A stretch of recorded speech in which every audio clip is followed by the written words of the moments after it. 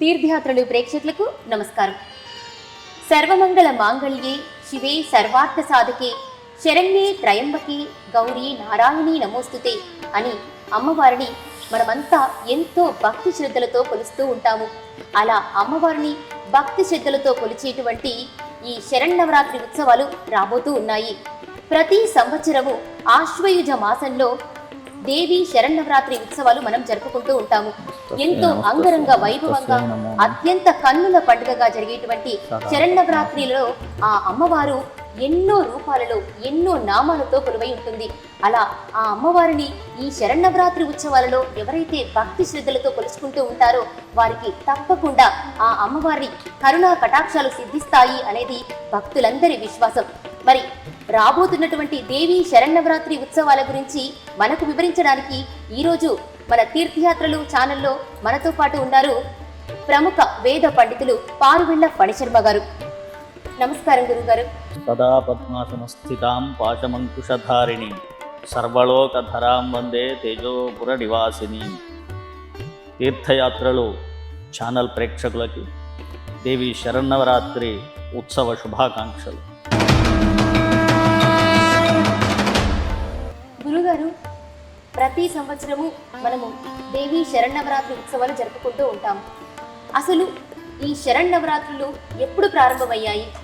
అసలు ఒక సంవత్సరంలో ఎన్ని నవరాత్రులు వస్తాయి? ఈ ఆశ్వయుజ మాసంలో వచ్చేటువంటి దేవి శరన్నవరాత్రి ఉత్సవాలకు ఉన్నటువంటి ప్రాముఖ్యత ఏమిటి? చక్కటి ప్రశ్న. ముందుగా దేవి నవరాత్రి ఉత్సవాలు ఎప్పుడు ప్రారంభం చేయబడ్డాయి? అనాది కాలం నుండి ఈ దేవీ నవరాత్రి ఉత్సవాలు జరపబడుతూ ఉన్నట్లుగా మనకు శాస్త్రాధారం ఉన్నది. దేవి భాగవతంలో కూడా చెప్పబడినటువంటి విషయం, సురథుడు అనేటువంటి మహారాజు అమ్మవారిని అర్చించి తాను పోగొట్టుకున్నటువంటి సామ్రాజ్యాన్ని తిరిగి పొందినట్టుగా, అమ్మవారి అనుగ్రహాన్ని పొందినట్టుగా చెప్పబడ్డది. అదేవిధంగా సమాధి అని పేరు కలిగిన ఒక వైశ్యుడు కూడా అమ్మవారిని ఆరాధించి జ్ఞానాన్ని పొంది మోక్షాన్ని పొందినట్టుగా చెప్పబడ్డది. ఇట్లా చూస్తే మనకి దేవీ భాగవతంలో రామచంద్రమూర్తి, శ్రీరామచంద్రమూర్తి కూడా అమ్మవారి నవరాత్రి ఉత్సవాలు నిర్వహించినట్లుగాను, అదేవిధంగా మనకి ద్వాపర యుగంలో కృష్ణ పరమాత్ముడు దేవీ నవరాత్రి ఉత్సవాలు జరిపినట్లుగా చెప్పబడింది దేవీ భాగవతంలో.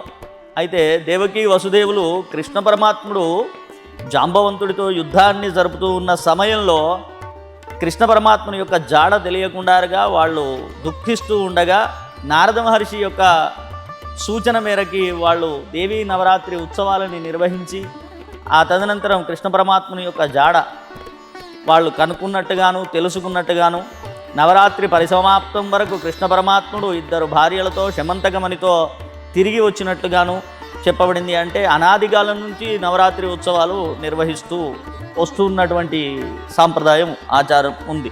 అంటే త్రేతాయుగం నుండే మనకి ఈ దేవి శరన్నవరాత్రి ఉత్సవాలు అనేటువంటివి జరుపుకోవడం ప్రారంభమైంది. అంతే కదా. దసరా రోజు మనం జరిపే శమీ పూజలో చెప్పే శ్లోకంలో శమీ శమయతే పాపం శమీ శత్రు వినాశనం అర్జునస్య ధనుర్ధారి రామస్య ప్రియదర్శిని. రామస్య ప్రియదర్శిని అని మనము శ్లోకం ప్రతి సంవత్సరం చెప్పుకుంటూ ఉంటాం కదా శమీ పూజలో. అంటే రామచంద్రమూర్తి కూడా ఈ శమీ పూజ చేశాడు విజయదశమి అని.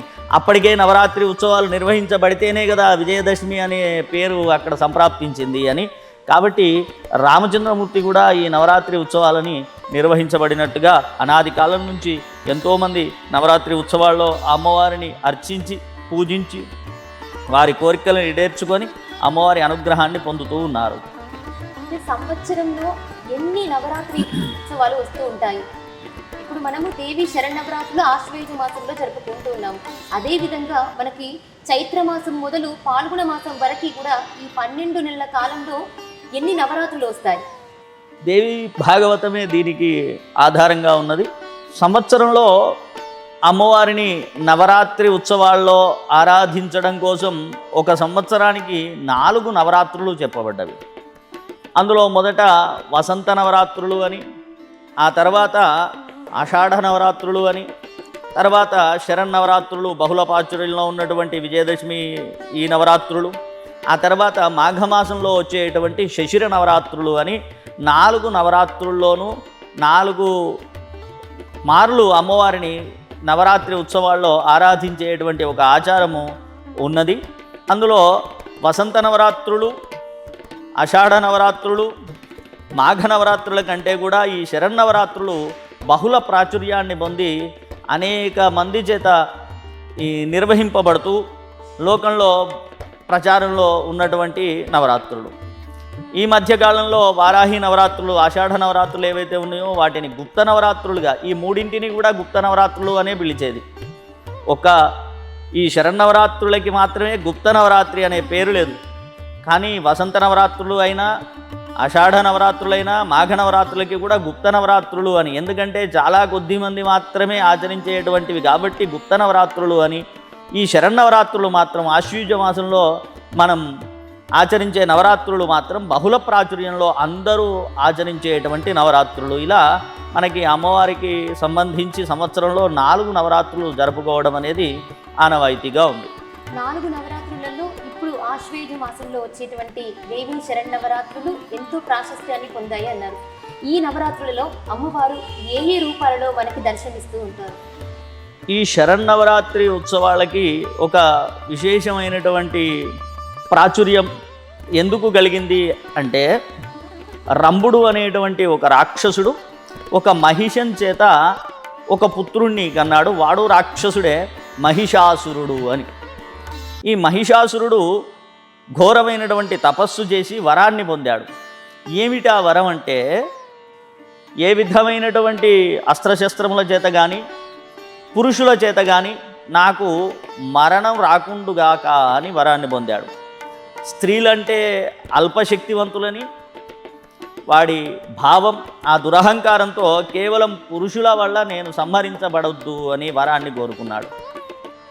ఇక ఆ మహిషాసురుడు 3 లోకాలని పీడిస్తూ ఉండగా దేవతలందరూ కూడా ఆదిపరాశక్తిని వేడుకుంటే మహాకాళి, మహాలక్ష్మి, మహాసరస్వతులు ఈ 3 శక్తులు కూడా ఏకమై ఒక మహాశక్తిగా ఏర్పడింది. ఆ ఏర్పడిన మహాశక్తికే దుర్గా అని పేరు. ఆవిడకే చండీ అని, చాముండా అని, దుర్గా అని పేరు. ఈ మహిషాసురుడితో దుర్గాదేవి 9 రోజులు పోరాడి 10వ రోజు నాడు విజయాన్ని పొందింది. కాబట్టి నవరాత్రులు, ఈ శరన్నవరాత్రుల్లో ఈ 9 రోజుల్లో అమ్మవారు ఆ రాక్షసుడితో వివిధ రూపాలని ధరించి యుద్ధాన్ని చేసి దశమి నాడు విజయాన్ని పొందింది. కాబట్టి విజయదశమిగా మనం ఆచరించడం అనేది వస్తూ ఉన్నది. కాబట్టి ఈ 9 రోజులు ఏవైతే ఉన్నావో ఇవి బహుళ ప్రాచుర్యాన్ని పొందాయి. తద్వారా అనేకులు ఈ నవరాత్రి ఉత్సవాలని ఆచరిస్తూ ఈ 9 రోజుల్లో భక్తి శ్రద్ధలతో అమ్మని యథాశక్తిగా పూజించి అమ్మవారి అనుగ్రహాన్ని పొందుతూ ఉన్నారు. అయితే ఇప్పుడు కాలంలో చూసుకున్నట్టయితే, ఈ మధ్య కాలంలో మనం చూస్తే అమ్మవారిని ఒకప్పుడు కేవలం ఇంట్లో మనము అంటే దేవాలయం అంటే ఇంట్లో ఉన్నటువంటి మండపంలో మాత్రమే మన దైవం అంటే పూజ చేసుకునేటువంటి గదిలోనే అమ్మవారిని ఈ దేవి శరన్నవరాత్రులప్పుడు కూడా పూజించుకునేవాళ్ళు. కాకపోతే ఇప్పుడు ఏంటి అనంటే వీధుల్లో కూడాను అమ్మవారి మండపాలనేటువంటి పెట్టి ఈ దేవి శరన్నవరాత్రి ఉత్సవాలను జరుపుతూ ఉన్నారు. మరి అక్కడ జరుపుకునేటువంటి శరన్నవరాత్రి ఉత్సవాలకి మనము ఇంట్లో అమ్మవారికి చేసుకునేటువంటి పూజా విధానానికి ఈ రెండింటికి మధ్యలో ఏమైనా వ్యత్యాసం ఉంది అంటారా? తప్పకుండా వ్యత్యాసం అనేది తప్పకుండా ఉండిద్ది. ఎందుకంటే మన ఇంట్లో నవరాత్రులు జరుపుతున్నాం అనుకుందాం ఉదాహరణకి. అప్పుడు మనం మన ఇంటిని చాలా శుభ్రంగా, శుచిగా, మనం కూడా శ్రద్ధగా, దీక్షగా ఉండి అమ్మవారి నవరాత్రి ఉత్సవాలు మనం నిర్వహిస్తాం. అందులోనూ అమ్మవారి నవరాత్రులు జరిపేప్పుడు రహస్యంగా అంటే ఒక శుభ్రమైనటువంటి ప్రదేశంలో, ఒక పరిశుభ్రమైనటువంటి వాతావరణంలో మనం అమ్మవారి నవరాత్రులు జరుపుకుంటాం. ముఖ్యంగా ఇప్పుడు వీధుల్లో మండపాలు ఏర్పాటు చేసి అమ్మవారి నవరాత్రులు జరిపే వాళ్ళకి ఏర్పడే పెద్ద సమస్య, దురదృష్టవశాత్తు ఎవరైనా ఈ నవరాత్రి ఉత్సవాలు జరిగేటువంటి మంటపం వద్ద గనక మరణించినట్టయితే ఆ శవయాత్ర పరిస్థితిలో వీళ్లకు చాలా క్లిష్టమైనటువంటి సమస్య ఎదురయ్యే అవకాశాలు ఉన్నాయి. అలాగే నవరాత్రి ఉత్సవాలని మండపాల్లో జరపకూడదా అంటే అలా కూడా లేదు. నవరాత్రి ఉత్సవాలని మంటపాల్లో జరుపుకోవచ్చు, కానీ ప్రత్యేకమైనటువంటి శ్రద్ధ వహించి నియమాలని పాటిస్తూ నవరాత్రి ఉత్సవాలు జరుపుకోవచ్చు. ఎందుకు అంటే తుష్టో దదాతి సామ్రాజ్యం రుష్టో హరతి తత్క్షణాత్ అని అమ్మవారికి మనం సంతోషం కలిగేట్టుగా గనక పూజించినట్టయితే ఒక క్షణంలో మనల్ని సామ్రాజ్యం, తుష్టో దదాతి సామ్రాజ్యం, నీకు సామ్రాజ్యాన్నిచ్చి నిన్ను రాజుని చేయగలిగినటువంటి సమర్థురాలు. అదేవిధంగా ఒకవేళ అమ్మవారికి కనుక మీరు ఏదైనా దోషం చేసినట్టయితే రుష్టో హరతి తత్క్షణాత్, ఒకవేళ కోపం ఆగ్రహం కనుక కలిగినట్టయితే ఒక క్షణంలో రాజును కూడా బిచ్చగాండ్లాగా మార్చేటువంటి అవకాశం ఉంది. కాబట్టి మరి దాన్ని దృష్టిలో పెట్టుకొని ఆ నియమాలని పాటించేట్టుగా శ్రద్ధగా ఈ మంటపాల్లో అమ్మవారి నవరాత్రి ఉత్సవాలు జరపాలి. ఇంతకుముందు అమ్మవారి నవరాత్రి ఉత్సవాలు మండపాల్లో చాలా తక్కువగా జరిగేవి. గత 30-35 సంవత్సరాల్లో ఇది మరీ పెరిగి ఇప్పుడు ప్రస్తుత పరిస్థితి గణేశ నవరాత్రి ఉత్సవాలకి ఏ దుస్థితినైతే మనం చూస్తూ ఉన్నామో అటువంటి దుస్థితినే దుర్గా నవరాత్రి ఉత్సవాల్లో కూడా మనం చూడడం అనేది జరుగుతూ ఉన్నది. మండపాల్లో జరిగేటువంటి కార్యకలాపాలు అయితేనేమి, ఆ ముందు జరిగేటువంటి సాంస్కృతిక కార్యక్రమాలు అనే పేరుతో చేసేటువంటి ఈ దురభ్యాసం అయితేనేమి, ఆ తర్వాత అమ్మవారి నిమజ్జనంలో చేసేటువంటి ఆ నృత్యాధికాలు అవి ఏవైతే ఉన్నాయో ఇవన్నీ కూడా దృష్టిలో ఉంచుకొని అమ్మవారికి ఆగ్రహం కలగకుండారుగా నియమానుసారంగా పద్ధతి ప్రకారంగా జరుపుకొని అమ్మవారి ఆశీస్సులని పొందవచ్చు. అలా నియమంగా జరిపేవాళ్ళు మంటపం వద్ద కూడా అమ్మవారి నవరాత్రి ఉత్సవాలని జరుపుకోవచ్చు, కానీ నియమాలు పాటించడం మాత్రం తప్పనిసరి. ఇప్పుడు ఇంట్లో అమ్మవారిని కొలుచుకుంటూ ఉంటారు కదా, వాళ్ళు కంపల్సరీగా కలశ స్థాపన చేసుకోవాల్సిందేనా? కలశ స్థాపన చేసుకొని పూజ చేసుకుంటేనే అమ్మవారి పూజకి ఫలితం లభిస్తుంది అని అంటారు. అది ఎంతవరకు వాస్తవం? వాస్తవికంగా నవరాత్రి దీక్ష అంటే కలశ స్థాపన చేసుకొని నవరాత్రులు చేసుకునే పద్ధతి ఒకటి ఉంది. సాధారణంగా మహిళలు ఇంట్లో వ్యక్తిగతంగా నిర్వహించుకునేటువంటి నవరాత్రి పద్ధతి ఒకటి ఉంది. అయితే ముందుగా కలశ స్థాపన గురించి కనుక మనం చెప్పుకున్నట్టయితే కలశ స్థాపన పద్ధతిలో కనుక అమ్మవారిని ఆరాధించాలి అంటే బ్రాహ్మణ్ణి తప్పకుండా ఆహ్వానించి మంత్రము చేత అమ్మవారిని ఒక కలశంలోకి ఆవాహన చేసి 9 రోజులు అమ్మవారిని పూజించి తర్వాత విసర్జన చేయడం అనేటువంటిది ఒక నియమం. ఇక అలా కాకుండా ఇంట్లో మేము చేసుకుంటాం, మాకు మేమే నవరాత్రులు చేసుకుంటామని అనుకునేటువంటి స్త్రీలు అయితేనేమి ఇంకెవరైనా కానీ వాళ్ళు కలశాన్ని పెట్టకుండారుగా విగ్రహాన్ని కానీ లేదా చిత్రపటాన్ని కానీ అమ్మవారి చిత్రపటాన్ని కానీ ఉంచుకొని నిత్యంగా ఉదయం సాయంకాలం దీపారాధన, అదేవిధంగా ఏ రోజు ఏ అవతారంలో అమ్మవారిని మీరు ఆరాధిస్తూ ఉన్నారో ఆ అమ్మవారికి సంబంధించినటువంటి అష్టోత్తరంతో అమ్మవారికి కుంకుమార్చన, అదేవిధంగా నైవేద్యాలని సమర్పించి అమంత్రకంగా అంటే బ్రాహ్మడు లేకుండా కలశం లేకుండారుగా చేసుకోవచ్చు. కలశం పెట్టి కనుక మీరు నవరాత్రులు కనుక చేయాలి అని అనుకుంటే మాత్రం తప్పకుండా బ్రాహ్మణ్ణి పిలిచి దానికి విధి విధానంగా కలశస్థాపన చేసి అందులోకి అమ్మవారిని ఆవాహన చేసుకొని 9 రోజులు ఘనంగా అమ్మవారిని పూజించుకొని ఆ తదనంతరం కలశోద్వాసంతో నవరాత్రులు పరిసమాప్తం చేసుకోవాలి. కాబట్టి ఇంట్లో మీరుగా చేసుకునే వాళ్ళైతే కలశం పెట్టుకోవాల్సిన అవసరం లేదు. అమ్మవారి చిత్రపటం ఉంటే దీపారాధన చేసుకొని 2 పూటలు అమ్మవారికి నివేదన అర్చనలతో మీరు నవరాత్రులు నిరభ్యంతరంగా చేసుకోవచ్చు. ఆ ఆదిపరాశక్తి అంటేనే మనకి ప్రకృతి స్వరూపిణి అయినటువంటి ఆ ఆదిపరాశక్తిని మనము ఈ నవరాత్రుల్లో కొలుచుకుంటూ ఉంటాము. మరి ఈ నవరాత్రుల్లో ఒక్కొక్క రోజు ఒక్కో అవతారంలో మనం కొలుచుకుంటూ ఉంటాం కదా, ఆ ఒక్కో రోజులో ఆ అమ్మవారి నామము, మళ్ళీ అదేవిధంగా ఆ అమ్మవారికి దానికి తగినటువంటి నైవేద్యము, పూజా కైంకర్యము, మంత్రము, అంటే ఆ రోజు ప్రత్యేకమైనటువంటి రంగు చీర కూడా కడుతూ ఉంటాము. సో అలా ఎందుకోసం కానీ అంటే ఈరోజు అంటే మొదటి రోజు శైలపుత్రి అనుకుందాం. శైలపుత్రి అమ్మవారికి ఈ నైవేద్యమే పెట్టాలి, ఈ రంగు చీరనే కట్టాలి అనేటువంటి ఒక శాస్త్ర నిబంధన అనేటువంటిది ఉంది. అది ఎంతవరకు కరెక్ట్ అంటారు?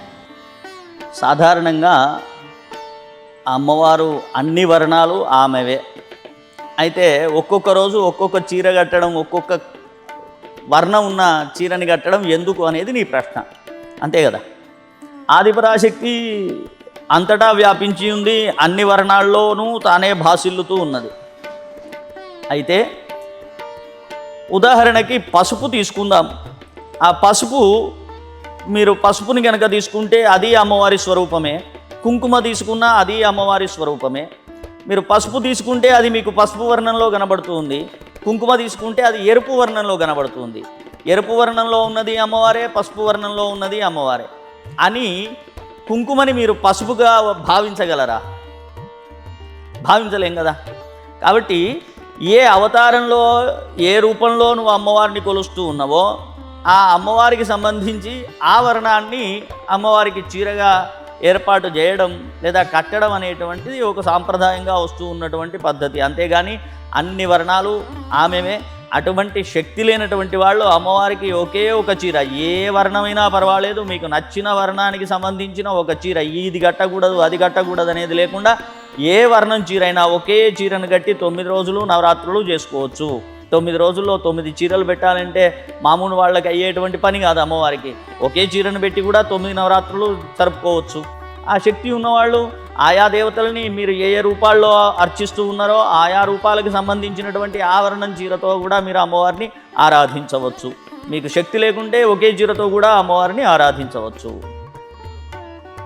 సాధారణంగా దేవి శరన్నవరాత్రులు అంటే మనము 9 రోజులు చేసుకుంటూ ఉంటాము. ఈ సంవత్సరము దేవి శరన్నవరాత్రి ఉత్సవాలు ఎప్పుడు ప్రారంభమవుతూ ఉన్నాయి, ఎప్పుడు ముగుస్తూ ఉన్నాయి? అంటే ఈ సంవత్సరం ఏంటి అంటే విశేషంగా 10 రోజులు వస్తున్నాయి అనేటువంటిది మనం విన్నాము. అది దీని వెనుక ఉన్నటువంటి కారణం ఏంటి? దేవి నవరాత్రి ఉత్సవాలు సాధారణంగా ఆశ్వయుజ శుద్ధ ప్రతిపద ప్రారంభమై దశమి వరకు 10 రోజులు, 9 రాత్రులు 10 రోజుల్లో నవరాత్రి ఉత్సవాలు జరుపుకోవడం అనేది అనతి కాలంగా వస్తూ ఉన్నటువంటి ఆచారం, సాంప్రదాయం.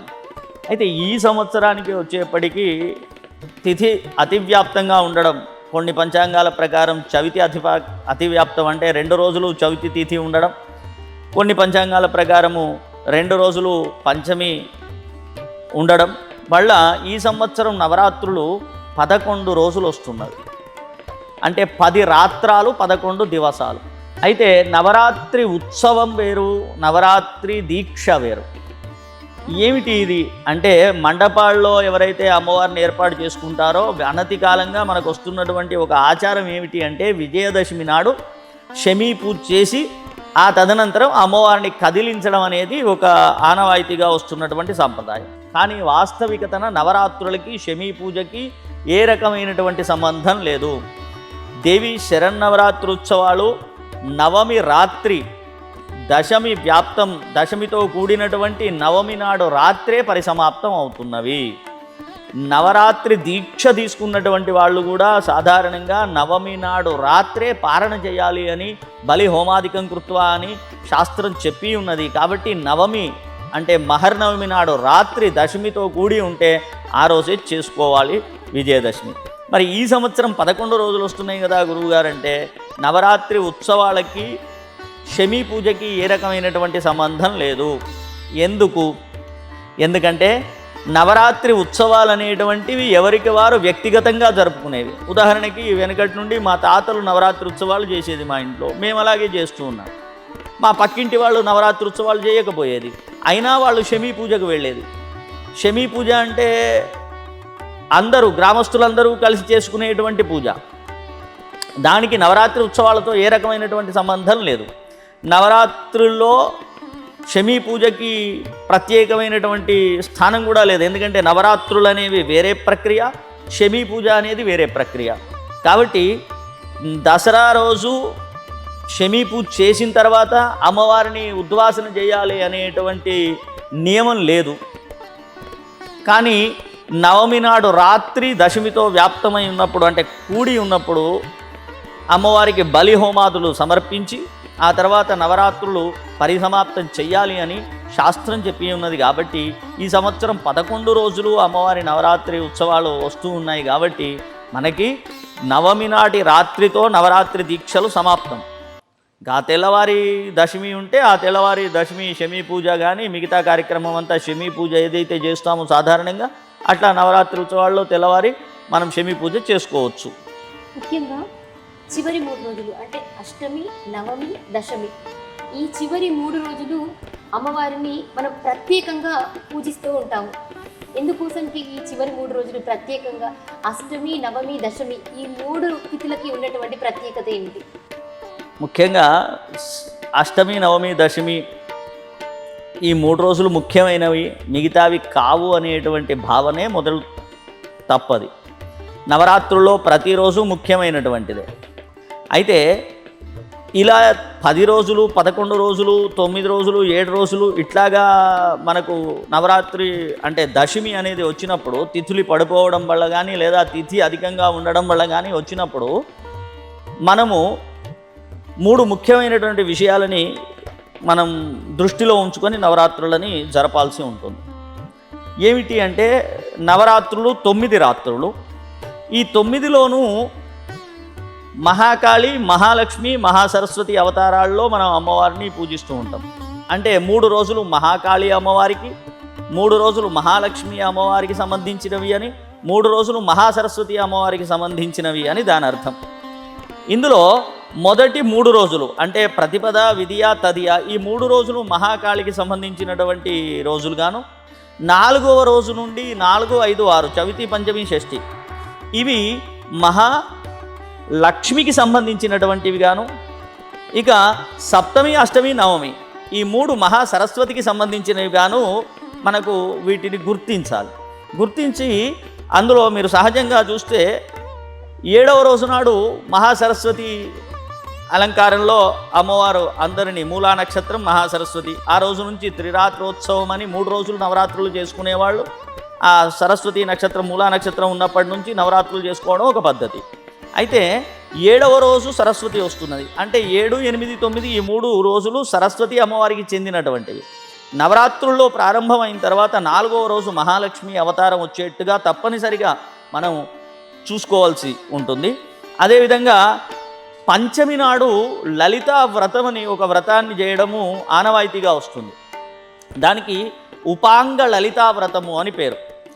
ఆ రోజు 5వ రోజు లేదా పంచమి తిథి పూర్తిగా వ్యాప్తం ఎన్నడున్నదో ఆ రోజు లలిత అమ్మవారి అవతారం తప్పకుండా అర్చించబడాలి. ఎందుకంటే ఆ రోజు ఉపాంగ లలితా వ్రతం చేయబడుతుంది. కాబట్టి మంటపాల దగ్గర ఎవరైతే ఈ అమ్మవారి నవరాత్రి ఉత్సవాలు నిర్వహిస్తూ ఉంటారో వాళ్ళు ఈ జాగ్రత్త తీసుకోవాలి. ఏమిటి, 4వ రోజు తప్పనిసరిగా మహాలక్ష్మి అమ్మవారి అవతారం ఉండేట్టుగా చూడాలి. ఎందుకంటే ముందు 3 రోజులు మహాకాళికి సంబంధించినవి, 4వ రోజు నుండి మహాలక్ష్మికి సంబంధించింది. కాబట్టి 4వ రోజు లక్ష్మీ అవతారం తప్పనిసరిగా ఉండేట్టుగా చూడాలి. ఇకపోతే పంచమికి లలిత అమ్మవారి అవతారం ఉండేట్టుగా తప్పనిసరిగా చూడాలి. ఇకపోతే మూలా నక్షత్రం సప్తమికి సరస్వతి అమ్మవారు. ఇలా మనము 3 అమ్మవార్లకి 3 రోజులుగా మనము ఈ ఉత్సవాలని జరుపుకునేప్పుడు ఆయా రోజుల్లో ఆయా అమ్మవార్ల యొక్క అవతారము ఉండేట్టుగా మనం జాగ్రత్త వహించి చేసుకోవాలి. ఇక సప్తమి, అష్టమి, నవమి ఎందుకు ముఖ్యమైనటువంటివి అంటే సాధారణంగా మనందరం అనుకుంటాం ఆ రోజు పండుగ జరుపుకుంటాం కదా. అష్టమి అయితే స్త్రీలేమో సద్దుల బతుకమ్మ ఆడడం, మహర్నవమి, దశమి, విజయదశమి పండుగ కాబట్టి 3 ప్రధానమైనవి. కానీ వాస్తవికతన 9 రోజులు నవరాత్రి ఉత్సవాలు చేయలేనటువంటి వాళ్ళు సప్తమితో ప్రారంభం చేసి సప్తమి, అష్టమి, నవమి, దశమి వరకు త్రిరాత్రి ఉత్సవం అంటే 3 రాత్రులు కూడా అమ్మవారిని ఆరాధించేటువంటి ఒక పద్ధతి ఉన్నది. కాబట్టి 9 రోజులు నవరాత్రులు చేయలేని వాళ్ళు ఈ సప్తమి నుండి ప్రారంభం చేసి సప్తమి, అష్టమి, నవమి, దశమి నాడు ఉద్వాసన చేయడం అనేది ఆనవాయితీగా ఉంది. కాబట్టి ఈ 3 రోజులైనా కనీసం అమ్మవారిని ఆరాధించనైనా నీకు శుభం కలుగుతుంది అనేటువంటి ఒక సూచన చేయడానికి ఈ 3 చాలా ముఖ్యమైన రోజులు అమ్మవారికి అని ఏర్పాటు చేయడం జరిగింది. అంతేగాని అన్ని రోజులు కూడా సమానమైనటువంటివే నవరాత్రుల్లో. గురుగారు, ఇప్పుడు ఒక్కొక్క రోజు ఒక్కొక్క అవతారాన్ని మనం కొలుచుకుంటూ ఉంటాం కదా. మొదటి రోజు అమ్మవారు ఏ అవతారంలో మనకి దర్శనమిస్తారు? ఆ అవతారం యొక్క నామం ఏంటి, ఆ రోజు అమ్మవారికి సమర్పించవలసినటువంటి నైవేద్యం ఏంటి, అదే రోజు మొదటి రోజు అమ్మవారిని కొలుచుకోవడానికి తగినటువంటి మంత్రం లేదా శ్లోకం ఏంటి? ముఖ్యంగా 9 రోజుల్లో మనం అమ్మవారిని 9 అవతారాల్లో కొలుస్తూ ఉంటాం. ఈ అవతారాల విషయంలో చాలా గందరగోళం ఉన్నది. ఏమిటి గందరగోళం అంటే, సాధారణంగా మనం అమ్మవారిని ప్రతిపద నుండి దశమి వరకు, విజయదశమి వరకు నవరాత్రుత్సవాల్లో మనం ఆరాధిస్తూ ఉంటే, ఇందులో భిన్న మతాలు ఏర్పడ్డవి. ఏమిటి అంటే, నవదుర్గలు అని ప్రథమం శైలపుత్రీ చ, ద్వితీయం బ్రహ్మచారిణి, తృతీయం చంద్రఘంటేతి, కూష్మాండేతి చతుర్థకం, పంచమం స్కందమాతేతి, షష్టం కాత్యాయనీతి చ, సప్తమం కాళరాత్రి చ, మహాగౌరీతి చ అష్టమం, నవమం సిద్ధిదాత్రి చ, నవదుర్గా ప్రకీర్తిత అని అమ్మవారిని 9 దుర్గలుగా మనము ఆరాధించే పద్ధతి ఒకటి. ఇదొక మతం. ఇకపోతే ఆయా మతాలను అనుసరించి అని నేను అన్నదానికి ఏమిటి ఉదాహరణ అంటే, కాళీ తారాచ భగల అని దశమహావిద్యలు చెప్పబడ్డవి. ఆ దశమహావిద్య సాంప్రదాయంలో ఉన్నటువంటి వాళ్ళు అమ్మవారిని ఈ నవదుర్గలుగా కాకుండా దశమహావిద్యలుగా ఒక్కొక్క రోజు కాళీ తార భగల ఇత్యాది అవతారాల్లో ఆరాధించే పద్ధతి ఒకటి ఉన్నది. ఇకపోతే ఈ రెండూ కాకుండారుగా కూడా ఇంకా ప్రత్యేకమైనటువంటి అవతారాలు చెప్పబడి ఉన్నవి. అవి బాల, గాయత్రి, అన్నపూర్ణ, మహాలక్ష్మి, తర్వాత లలిత, కాత్యాయని, సరస్వతి, దుర్గా, మహిషాసురమర్దిని, రాజరాజేశ్వరి అని. ఈ 3 మతాల్లో ఎవరు ఏ మతాన్ని ఆచరిస్తూ నవరాత్రులు చేస్తూ ఉన్నారో ఆయా మత అనుసారంగా వాళ్ళకి రూపాలు మారడం అనేవి జరుగుతూ ఉంటుంది. అయితే ఇక్కడ మీరు ఏ మతానుసారంగా మీరు నవరాత్రి ఉత్సవాలు చేస్తున్నారో ఆ మతానుసారంగా ఆయా రూపాలకి ఏ రకమైనటువంటి వస్త్రము, ఏ రకమైన నైవేద్యమో నిర్ణయం చేయబడి ఉన్నది. శాస్త్రాధారంగా ఉన్నటువంటివి మాత్రం నవదుర్గా అవతారాలు. అంటే మొదటి రోజు శైలపుత్రి అవతారంలో అమ్మవారు మనకి దర్శనమిస్తూ ఉంటుంది. ఆ శైలపుత్రి నారింజ లేదా పసుపు రంగు చీరతో అమ్మవారిని అలంకరించి పొంగళి నైవేద్యంగా పెట్టడం లేదా పులగం, కట్టె పులగం అంటారు, ఆ పులగం నైవేద్యంగా పెట్టడం అనేది మొదటి రోజు. శైలపుత్రికి సంబంధించినటువంటి అష్టోత్తరము స్తోత్రం చదువుకోవడం ఆ రోజు విశేషమైనటువంటి ఫలితాన్ని ఇస్తుంది. ఇక రెండవ రోజు బ్రహ్మచారిణి. బ్రహ్మచారిణికి తెలుపు వర్ణం, అందులోనూ ముఖ్యంగా ఎరుపు అంచు ఉండేటువంటి తెలుపు చీర. ఎందుకంటే పూర్తి తెల్ల చీరని ఇవ్వడానికి అవకాశం లేదు. అది కేవలం ధూమవతి అవతారానికి మాత్రమే. అంటే దశమహావిద్యల సాంప్రదాయంలో కనుక నవరాత్రులు జరిపినట్టయితే అందులో ధూమవతి అమ్మవారు 7వ రోజు వస్తుంది. ఆ రోజు ఆవిడకి అచ్చంగా తెల్ల చీర, ఆవిడకి అంచు ఏది లేకుండారుగా, దశాహీనం అంచు లేకుండారుగా తెల్ల చీర మాత్రమే ఆమెకి ఇచ్చేటువంటి సాంప్రదాయం ఒకటి ఉన్నది. అది మన సాంప్రదాయంలో, ఈ నవదుర్గా సాంప్రదాయంలో లేదు. కాబట్టి రెండవ రోజు బ్రహ్మచారి అమ్మవారికి తెల్ల చీర ఎరుపు అంచుతో లేదా నీలిరంగు చీర పసుపు అంచుతో ఉండేట్టుగా అమ్మవారికి సమర్పించి ఆ రోజు పులిహోర నైవేద్యంగా ఇవ్వడం. ఇక మూడవ రోజు చంద్రఘంట అమ్మవారికి ఎరుపు లేదా పసుపు రంగు చీరని, కొబ్బరి అన్నాన్ని అమ్మవారికి నైవేద్యంగా ఇవ్వడం, అమ్మవారి యొక్క అష్టోత్తరాన్ని పఠించడం శ్రేయస్కరం. 4వ రోజు కూష్మాండాదేవి. ఈ కూష్మాండాదేవికి గులాబీ వర్ణం చీర లేదా మనం సాధారణంగా వంకాయ రంగు అంటూ ఉంటాం, ఆ వర్ణం చీరని, అదేవిధంగా పప్పు గారెలు, కేసరి అన్నం నైవేద్యంగా ఇవ్వడం. ఇక 5వ రోజు స్కందమాత ఆకుపచ్చ చీర లేదా ఎరుపు చీరని అమ్మవారికి కట్టడం. బెల్లం అన్నం, గుడాన్న ప్రీతమానస. ఎందుకంటే ఎప్పుడైనా 5వ రోజు లలితాదేవి అవతారం వస్తుంది ఇంకో సాంప్రదాయంలో. ఈ నవదుర్గా సాంప్రదాయంలో అయితే స్కందమాత. ఆ లలితాదేవి గుడాన్న ప్రీతమానస కాబట్టి బెల్లపన్నాన్ని నైవేద్యంగా ఇవ్వడం. అదేవిధంగా 6వ రోజు కాత్యాయనీదేవి పసుపు ఆకుపచ్చ వర్ణంలో ఉండేటువంటి చీరని అమ్మవారికి సమర్పించడం. అలాగే పెరుగన్నాన్ని నైవేద్యంగా సమర్పించే పద్ధతి ఒకటి చెప్పబడింది. ఇక 7వ రోజు కాళరాత్రి అమ్మవారు బూడిద వర్ణము చీర లేదా నీలిరంగు చీర అమ్మవారికి సమర్పించి చక్కెర పొంగలి నైవేద్యంగా ఇచ్చే సాంప్రదాయం ఉంది. ఇక 8వ రోజు మహాగౌరి. నవదుర్గల్లో అయితే మహాగౌరి అవతారం 8వ రోజు కాబట్టి ఆ రోజు అమ్మవారికి ఎరుపు నారింజ చీరని కట్టడం, పులిహోర నైవేద్యంగా పెట్టడం. ఆ రోజు ఇంకో సాంప్రదాయంలో దుర్గా అమ్మవారుగా మనం అమ్మవారిని దుర్గాష్టమి అని 8వ రోజు అమ్మవారిని దుర్గాష్టమి చేస్తూ ఉంటాం కాబట్టి ఆ రోజు అమ్మవారికి సద్దులు, మన దగ్గర పులిహోరాలు అంటే ప్రత్యేకంగా ఇది తెలంగాణలో పులిహోర అనేక రకాలైనటువంటి పులిహోరాలని కలిపి అదేవిధంగా సత్తు అని పిండి తయారు చేసి అమ్మవారికి సమర్పించేటువంటి ఒక ఆచారం ఉన్నది. ఇక 9వ రోజు సిద్ధిదాత్రి. ఈ అమ్మవారికి ఆకుపచ్చ చీర, అందులోనూ నెమలి ఆకుపచ్చ చీర, అమ్మవారిని బ్లూయిష్ గ్రీన్ కలర్ అంటారు, నెమలి ఆకుపచ్చ చీర అమ్మవారికి సమర్పించి ఆ రోజు గారెలు పాయసం నైవేద్యంగా ఇవ్వడం. ఇక విజయదశమి రోజు రాజరాజేశ్వరి అపరాజిత అమ్మవారు.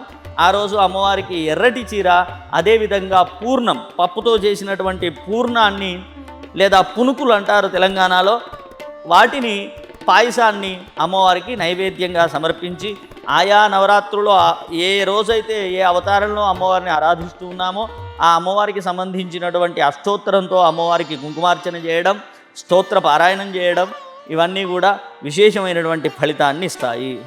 అమ్మవారిని ఎన్నో నామాలతో కొలుస్తూ ఉంటాము. పార్వతీదేవి, లలితాదేవి, సరస్వతీదేవి, గాయత్రీదేవి, ఇలా ఎన్నో నామాలతో కొలుస్తూ ఉంటాము. కానీ ఈ నవరాత్రులని దుర్గాదేవి నవరాత్రులు అని ప్రత్యేకంగా పిలుస్తూ ఉంటారు. ఎందుకోసమని? దుర్గా నవరాత్రులు అని ఎందుకోసం పిలుస్తారనేది ప్రశ్న.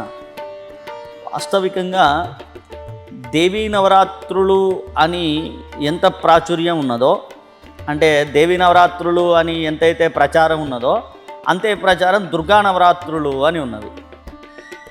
ఎందుకు అంటే 9 రోజులు అమ్మవారు మహిషాసురుడితో పోరాడి దుర్గాదేవిగా మహిషాసుర మర్దినిగా 9వ నాడు రాత్రి మహిషాసురుడిని సంహరించి దేవతల యొక్క దుఃఖాన్ని పోగొట్టింది. కాబట్టి దుఃఖాలని పోగొట్టేటువంటి తల్లిగా దుర్గాదేవిని కీర్తించబడుతూ ఉన్నది.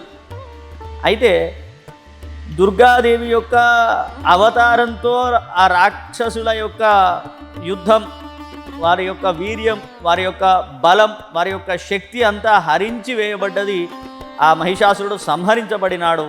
కాబట్టి అమ్మవారి యొక్క నవరాత్రులకి చివరి అవతారమైనటువంటి దుర్గా నవరాత్రులు అని పేరు ప్రసిద్ధమైంది.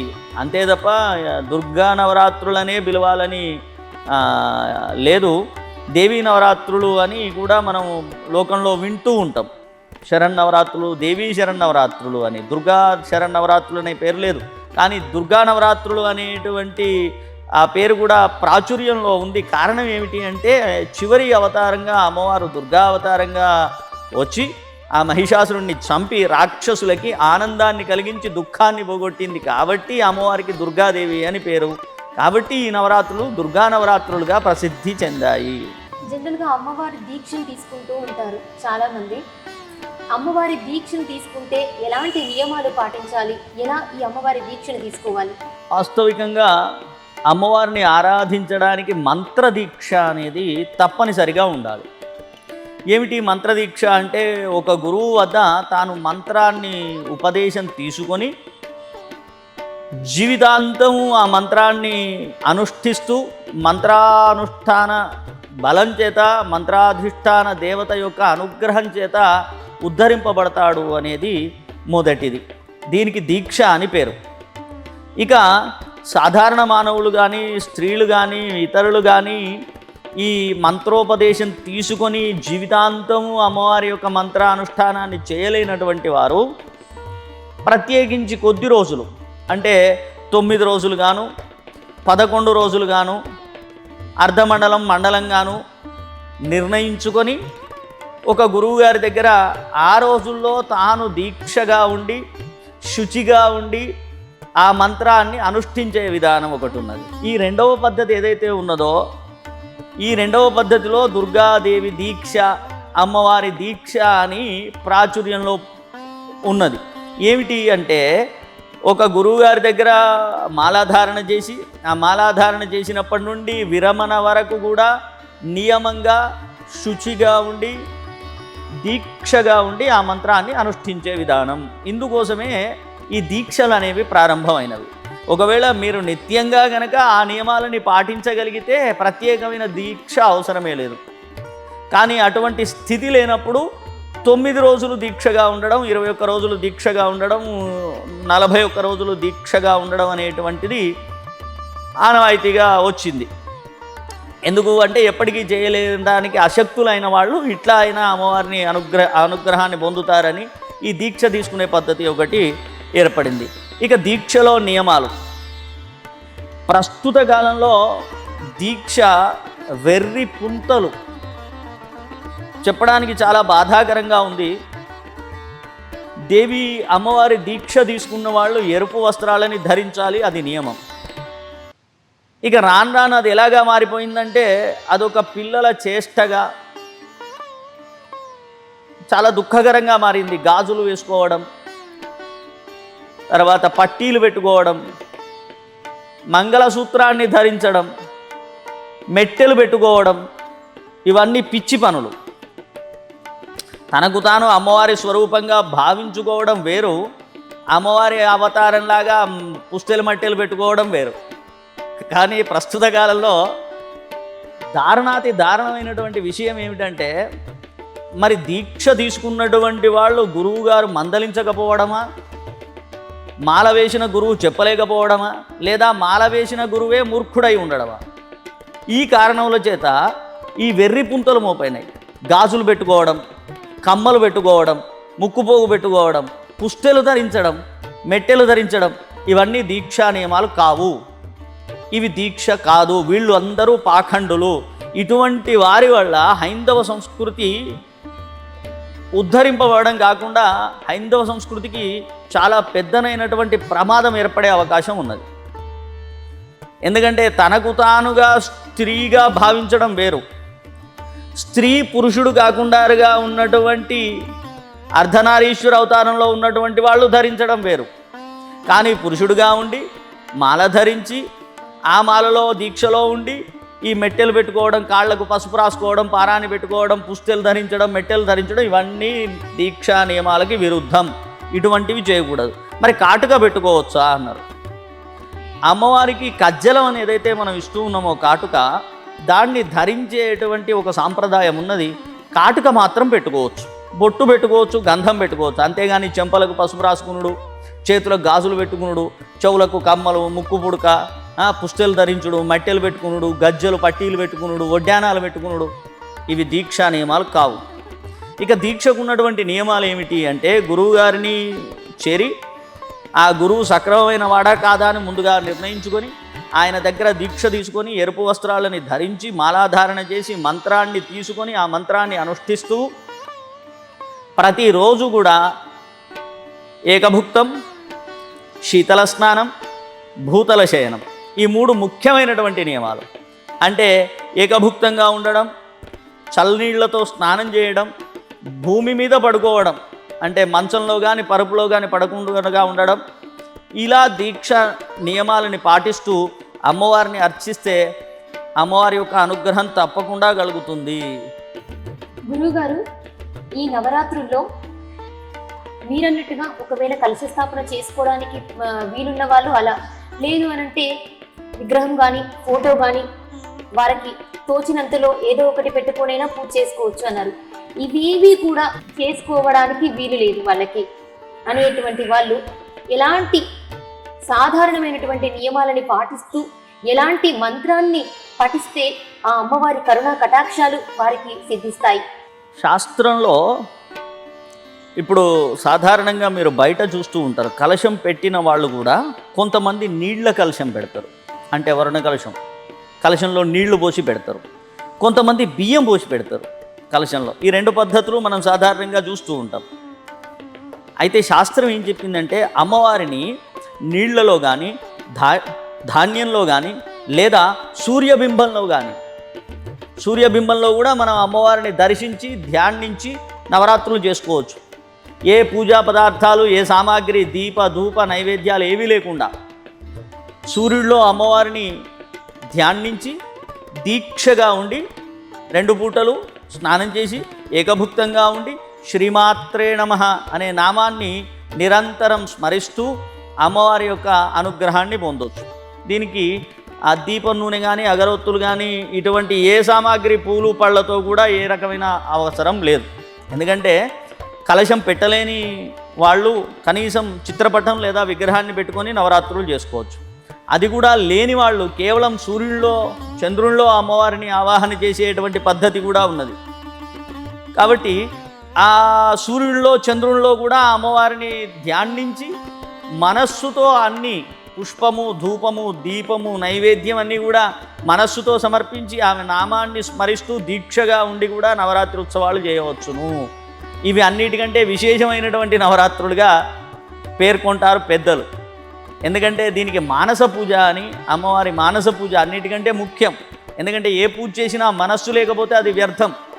5 లీటర్ల పాలతో అభిషేకం చేసినా మీ మనస్సు అమ్మవారి దగ్గర లేకపోతే అది వ్యర్థం. కాబట్టి ఈ 5 లీటర్ల పాల కోసం తాపత్రయపడ్డదానికంటే ఇవి లేకపోయినా మనస్సుతో అమ్మవారిని నువ్వు అర్చిస్తే ఈ మానస పూజ వల్ల అమ్మ తొందరగా మిమ్మల్ని అనుగ్రహిస్తుంది. శ్రీమాత్రే నమః మంత్రాన్ని మీరు నిరంతరం జపం చేయవచ్చును, అనుష్ఠించవచ్చు, అమ్మవారి అనుగ్రహాన్ని పొందవచ్చు. గురువుగారు, దేవీ శరన్నవరాత్రులు జరిగేటప్పుడే మనకు బతుకమ్మ 9 రోజుల పండుగ కూడా జరుపుకుంటూ ఉంటాము. ఈ బతుకమ్మని కూడా మనము మొదటి రోజు ఎంగిలి పూల బతుకమ్మ అని, అటుకల బతుకమ్మ అని చెప్పేసి, తర్వాత ఇంకా చాలా చాలా నామాలతో మనం బతుకమ్మని కూడా రోజుకొక పేరుతో పిలుస్తూ ఉంటాము. అదే సమయంలోనే మనము దేవి శరన్నవరాత్రులు జరుపుకుంటూ ఉంటాము. ఈ రెండింటికి మధ్య ఏమైనా సంబంధం ఉందంటారా? ఖచ్చితంగా. మీరు మొదటి ప్రశ్నలోనే నన్ను అడిగారు, అమ్మవారు అంతటా వ్యాపించి ఉన్నది, ప్రకృతి అంతా అమ్మవారే కదా, ఈ వర్ణాలు ఎందుకు అని మీరు అడిగారు. కాబట్టి అమ్మవారు అంటేనే ప్రకృతి, పరమేశ్వరుడు అంటే పురుషుడు. ప్రకృతి పురుషుల యొక్క కలయిక వల్ల సృష్టి జరిగింది. కాబట్టి అమ్మవారంటే ప్రకృతి. అయితే సాధారణటువంటి స్త్రీలు అమ్మవారిని విశేషంగా అర్చించే ఒక పద్ధతి ఈ బతుకమ్మ. మనం కలశస్థాపన చేసి అమ్మవారి విగ్రహం పెట్టుకొని పూజించే విధానం ఒకటైతే, ఇవేవీ లేకుండాగా ప్రకృతిలో లభ్యమయ్యేటువంటి ఋతుపుష్పముల చేత, ఆ ఋతువులో వచ్చేటువంటి పుష్పముల చేత అమ్మవారిని అలంకరించి ఆరాధించే పద్ధతే ఈ బతుకమ్మ. ఈ సాధారణమైనటువంటి స్త్రీలు ప్రత్యేకంగా మన తెలంగాణ ప్రాంతంలో మాత్రమే నిర్వహించుకునేటువంటి మహోత్సవం ఇది. ఈ మహోత్సవానికి ఏమిటి రహస్యం అంటే, అమ్మవారిని స్త్రీలు 9 రోజులు అమావాస్యతో ప్రారంభం చేస్తారు ఎంగిలి పూలని. అప్పుడు ప్రారంభం చేసి అష్టమి వరకు, ఇవి 8, అమావాస్య కలిపితే 9 రోజులు కూడా అమ్మవారిని వివిధమైనటువంటి పుష్పముల చేత అలంకరించి, ఆ పుష్పాల మధ్యలో గౌరమ్మను పెట్టి, ఆమెకు నైవేద్యం పెట్టి, ఆ తర్వాత అందరూ పడతులందరూ కూడా అమ్మవారి చుట్టూ ప్రదక్షిణలు చేస్తూ, పాటలు పాడుతూ, ఆనందంగా ఉత్సవం జరిపి, ప్రసాదాలు స్వీకరించి జరుపుకునేటువంటి మహోత్సవము ఈ బతుకమ్మ. అయితే ఇందులో ఒక రహస్యం ఏమిటంటే, సాధారణంగా అందరు చేసే నవరాత్రులు 9 రోజులైతే మా తెలంగాణ ఆడపడుచులు చేసేటువంటి నవరాత్రులు 18 రోజులు.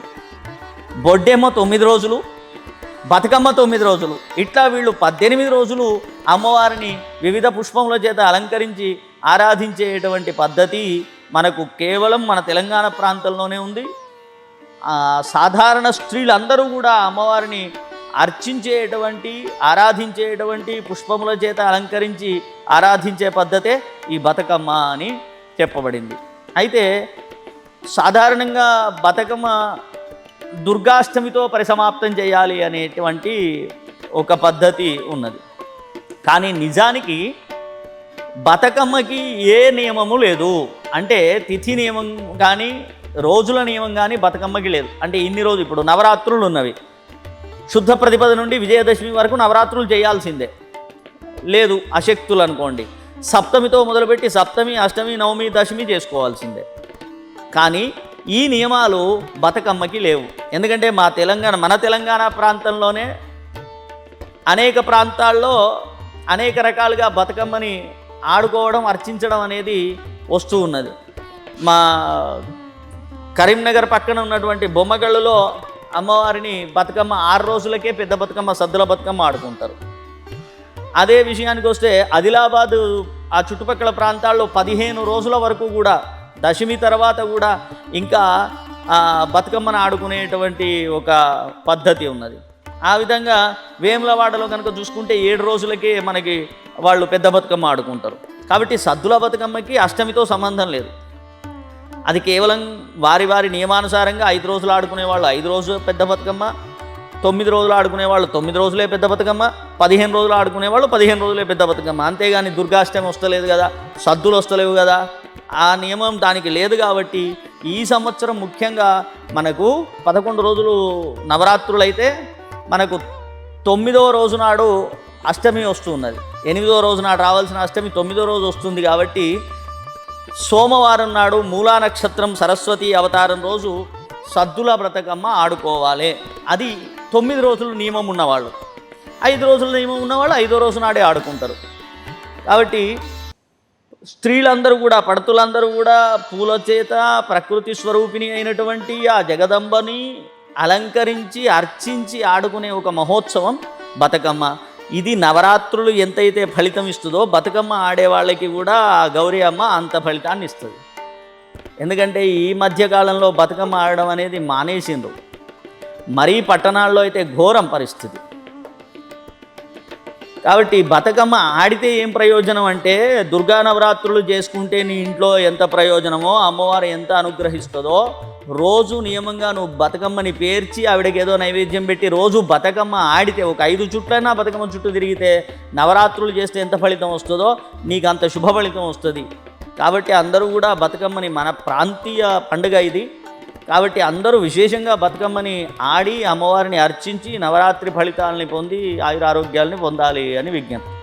గురువుగారు, ఇంట్లో కలశ స్థాపన చేసుకొని పూజా కార్యక్రమాన్ని ప్రారంభించిన స్త్రీలు ఒకవేళ మధ్యలో ఏదైనా కారణాల చేత వాళ్ళు ఆ పూజా కార్యక్రమాన్ని కనుక కంటిన్యూ చేయలేకపోతే, ఏదైనా ఒక కారణం చేత తర్వాత వాళ్ళు ఆ పూజని ఎలా పూర్తి చేయాలి?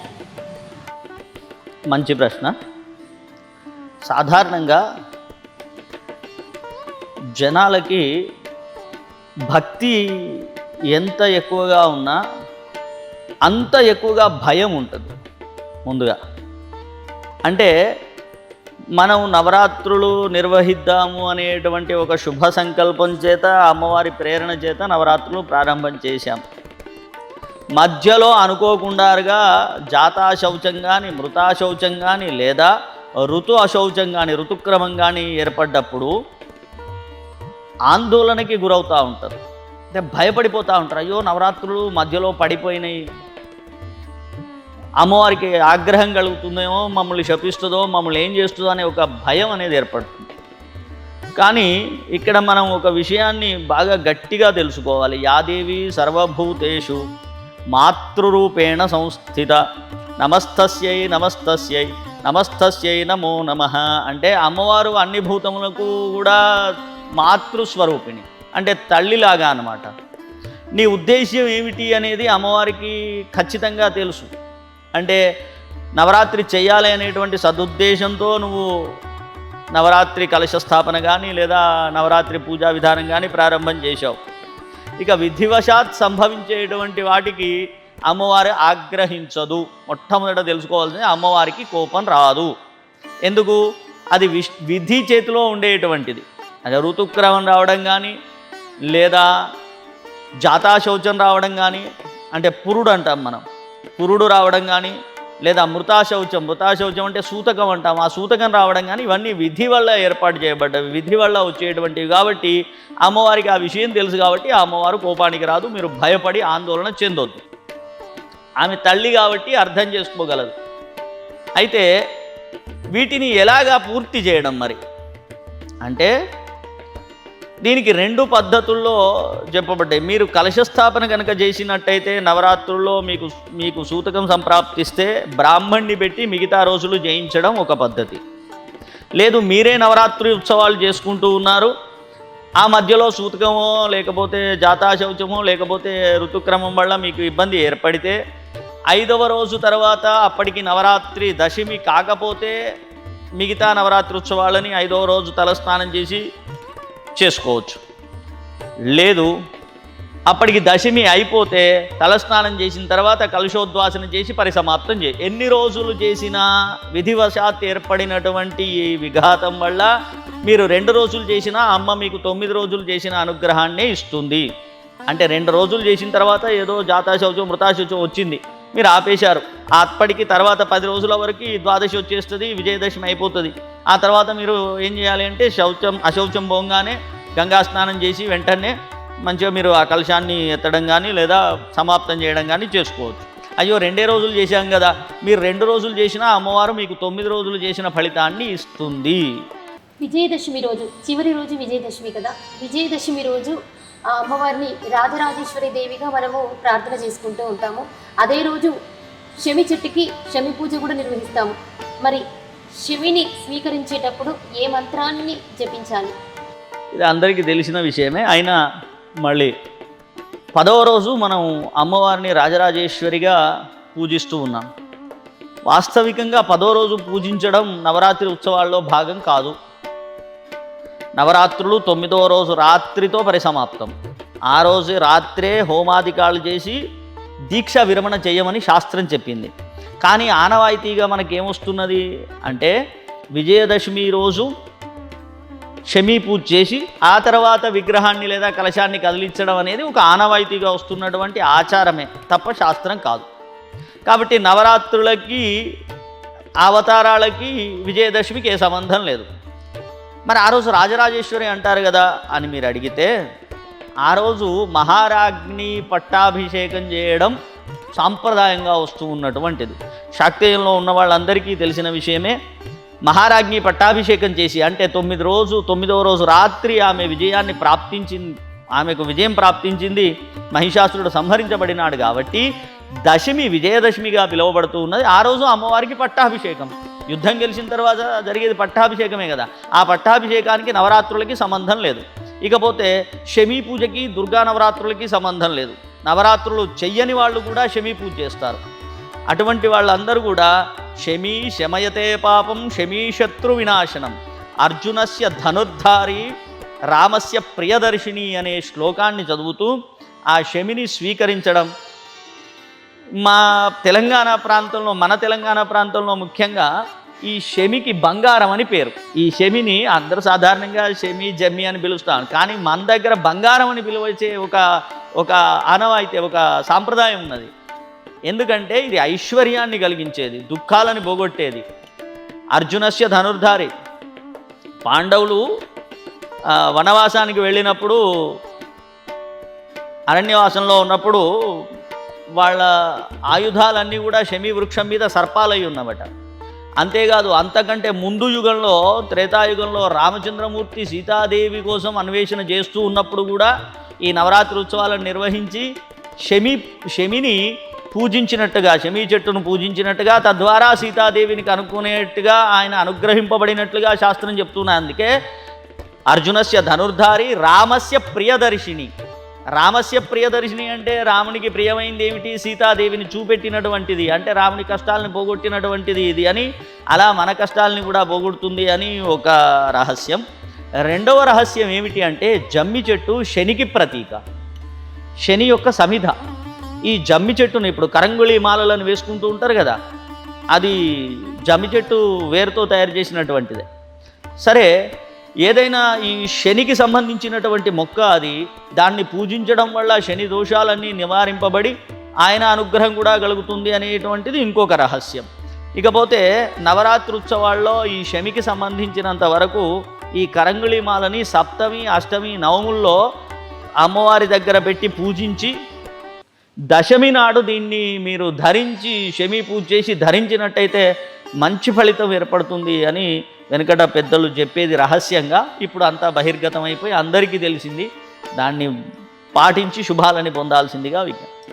గురువుగారు, దేవి శరన్నవరాత్రుల్లో ఎవరైతే అంటే దీక్ష తీసుకున్న వాళ్ళు కావచ్చు, దీక్ష తీసుకుని వాళ్ళైనా కూడా పులుపు తినకూడదు అని చెప్పేసి అంటారు. మరి ఆ అమ్మవారికి పులిహోరని అంటే నిమ్మకాయ పులిహోర కావచ్చు, చింతపండు పులిహోర కావచ్చు అమ్మవారికి నైవేద్యంగా సమర్పిస్తూ ఉంటాము. మరి పులుపు తినొద్దు అని ఆ అమ్మవారికి పులుపుని నైవేద్యంగా పెడుతున్నాం కదా, దీని వెనుక ఉన్న ఆంతర్యం ఏంటి? సాధారణంగా నవరాత్రుల్లో పులుపు తినొద్దు అని బయట అందరూ కూడా అనుకుంటూ ఉండే విషయం వాస్తవమే. కానీ ఇది శాస్త్ర విరుద్ధం. ఎందుకంటే పులుపు షడ్రుచుల్లో ఒకటి. షడ్రుచోపేతమైనటువంటి షడ్రుచులతో సమాయుక్తమైనటువంటి నైవేద్యాన్ని అమ్మవారికి సమర్పించవచ్చు. అయితే కేవలం సంతోషిమాత దీక్ష ఉన్న వాళ్ళకి మాత్రం ఏ పులుపు అంటదు. అది నిమ్మకాయ పులుపు కావచ్చు, చింతకాయ పులుపు కావచ్చు, ఇంకే రకమైన పులుపు అయినా అది సంతోషిమాత దీక్షలో ఉన్న వాళ్ళకి మాత్రమే. అది కూడా కేవలం శుక్రవారం మాత్రమే. మిగతా రోజుల్లో సంతోషిమాత దీక్ష ఉన్నవాళ్ళు కూడా మిగతా రోజుల్లో అన్ని పులుపులని వాడవచ్చు. నవరాత్రుల్లో చింతపండు పులుపుని, నిమ్మకాయ పులుపుని కూడా అమ్మవారికి విశేషంగా వాడవచ్చును నిరభ్యంతరంగా. వాడకూడని పదార్థాలు, వెల్లుల్లి పదార్థాలు వాడకూడదు. వాటికి నిషేధం చెప్పబడి ఉన్నది. కానీ చింతపండు పులుపుకి ఏ నిషేధం లేదు. దుర్గా నవరాత్రులు చేసుకునేవాళ్ళు చింతపండు పులిహోర అమ్మవారికి నిరభ్యంతరంగా నైవేద్యం పెట్టవచ్చు. ఇక ఒకవేళ సంతోషిమాత దీక్షలో ఉన్నవాళ్ళు కనుక నవరాత్రులు చేసినట్టయితే వాళ్ళు అమ్మవారికి చింతపండు పులుపు, అది కూడా కేవలం శుక్రవారం నాడే పెట్టరు. మిగతా వారాల్లో నిరభ్యంతరంగా పెట్టుకోవచ్చు. 9 రోజులు కలశ స్థాపన చేసుకున్నాక చివరి రోజు ఉద్వాసన పూజ చేసుకున్నాక ఆ కొబ్బరికాయని ఏం చేయాలి అంటారు? సాధారణంగా మన దగ్గర నవరాత్రులు అయిన తర్వాత కలశం మీద పెట్టిన కొబ్బరికాయని బయట కానీ లోపల కానీ కట్టుకునే ఒక ఆచారం ఉన్నది. కానీ నిజానికి కట్టే పద్ధతి లేదు. దాన్ని ఓపెన్ చేసి కొట్టి ఆ నీళ్లు తాగి ఆ కొబ్బరిని తినే ఒక సాంప్రదాయం ఉన్నది. అది నిజమైనటువంటి సాంప్రదాయం. కానీ అది 9 రోజుల తర్వాత దాని పరిస్థితి ఎట్లా ఉంటుందో ఏమో అనేటువంటి ఒక ఆలోచన, మరి దానికి ఏం కారణమో నాకు తెలియదు. కానీ ఈ కట్టడం అనేది ప్రారంభం చేశారు. ఈ కట్టడంలోనూ బయట కట్టడం మంచిదా, లోపల కట్టడం మంచిదా అనేటువంటి ఆ డౌట్ కూడా మనలో చాలామందికి వస్తూ ఉంటుంది. అయితే ఈ కలశం ఏదైతే అమ్మవారి అనుగ్రహంగా మనం భావించి తీసుకున్నటువంటి కలశం ఉన్నదో, దీన్ని బయట కట్టడం శ్రేయస్కరం. ఎందుకు శ్రేయస్కరం అంటే బయట నుంచి వచ్చేటువంటి ఏ రకమైనటువంటి దుష్ట ప్రభావాలైనా కానీ ఇది దాటుకొని లోపలికి రావు. కాబట్టి వీటిని బయట కట్టడం సర్వశ్రేయస్కరం. కాబట్టి అది బయట కట్టినా అంతే ప్రయోజనాన్ని ఇస్తుంది, లోపల కట్టినా అంతే ప్రయోజనాన్ని ఇస్తుంది. కానీ బయట కట్టడం వల్ల లోపలికి రాకుండా ఉంటాయనే ఒక ఉద్దేశం చేత బయట కట్టడం శ్రేయస్కరము అని పెద్దలు సూచిస్తూ ఉంటారు. విజయదశమి రోజు కూష్మాండ పూజ అంటే బూడిది గుమ్మడికాయకి పూజ చేసి ఇంటి ముందట కనుక మనం కట్టుకున్నట్టయితే దుష్ట శక్తులు ఏవి కూడా ఇంట్లోకి రావు అని చెప్పేసి అంటారు మీ మాటల్లో. ఇది విజయదశమికి సంబంధం లేనటువంటి ప్రక్రియ. బూడిది గుమ్మడికాయకి పూజించి మీరు ఏ అమావాస్య రోజైనా ఆదివారం రోజైనా కానీ కట్టుకుంటే దుష్టశక్తులు లోపలికి రాకుండారుగా, నరదృష్టి లేకుండారుగా అది మిమ్మల్ని కాపాడుతుంది. కానీ విజయదశమి నాడు కట్టుకుంటేనే అనే ప్రసక్తి లేదు అందులో. రెండవది, ఒకవేళ అటువంటి ఏదైనా ప్రభావం ఉన్నట్టుగా మీకు అనిపిస్తే విజయదశమి నాడు గుమ్మడికాయతో చేసేటువంటి ఇంకొక ప్రయోగం ఉన్నది. ఏమిటంటే ఆ గుమ్మడికాయ మీద ఒక 2 హారతి కర్పూరాలు పెట్టి వెలిగించి దాన్ని మీ ఇంటి ముందు, ద్వారం ముందు, అంటే ఇంట్లో ఎవ్వరూ ఉండొద్దు, పిల్లలు కానీ వేరే వాళ్ళు ఎవరు లేకుండా అందరూ బయటికి వచ్చి ఆ ద్వారం ముందు దాన్ని 3 సార్లు తిప్పి పక్కన వేసేసి అక్కడ మీరు కాయని బలిగా ఇవ్వడం అనేటువంటిది ఒక సాంప్రదాయంగా వస్తూ ఉన్నటువంటిది. ఇప్పుడు సాధారణంగా మనం వాహన పూజలు చేసుకున్నా అట్లాగే మనం నిమ్మకాయ బలి ఇస్తాం. కాబట్టి అలా బలి ఇచ్చేటువంటి ఒక ప్రక్రియ ఉన్నది. కానీ ఆ రోజే కట్టుకుంటే మంచిది అనేది లేదు. ఏ రోజు బూడిద గుమ్మడికాయకు పూజ చేసి కట్టుకున్నా అది నరదృష్టి నుండి కాపాడుతుంది. ధన్యవాదాలు గురువుగారు. మా తీర్థయాత్రలు ఛానల్ ప్రేక్షకులకి దేవి శరన్నవరాత్రి ఉత్సవాల గురించి, అలాగే బతుకమ్మ పండుగ యొక్క విశిష్టత గురించి చాలా చక్కగా వివరించారు. మీకు చాలా చాలా ధన్యవాదాలు. హరి ఓం. దేవి శరన్నవరాత్రులలో ఆ అమ్మవారిని ఎలా పూజించాలి, ఎలా పూజిస్తే ఆ అమ్మవారి కరుణా కటాక్షాలు మనకు ప్రాప్తిస్తాయి అనేటువంటిది మనకు గురుగారు ఎంతో చక్కగా వివరించారు. మరి అదేవిధంగా మనము ఆ అమ్మవారిని ప్రార్థన చేసి ఆ అమ్మవారి కరుణా కటాక్షాలు మనకు ప్రాప్తించాలి, ఆ అమ్మవారి ఆశీర్వాదం మనందరిపై ఉండాలి అని చెప్పేసి మనస్ఫూర్తిగా కోరుకుంటూ తీర్థయాత్రలు ప్రేక్షకులకి నమస్కారం. మరి ఇంకొక చక్కటి కార్యక్రమంతో మళ్ళీ కలుసుకుందాం.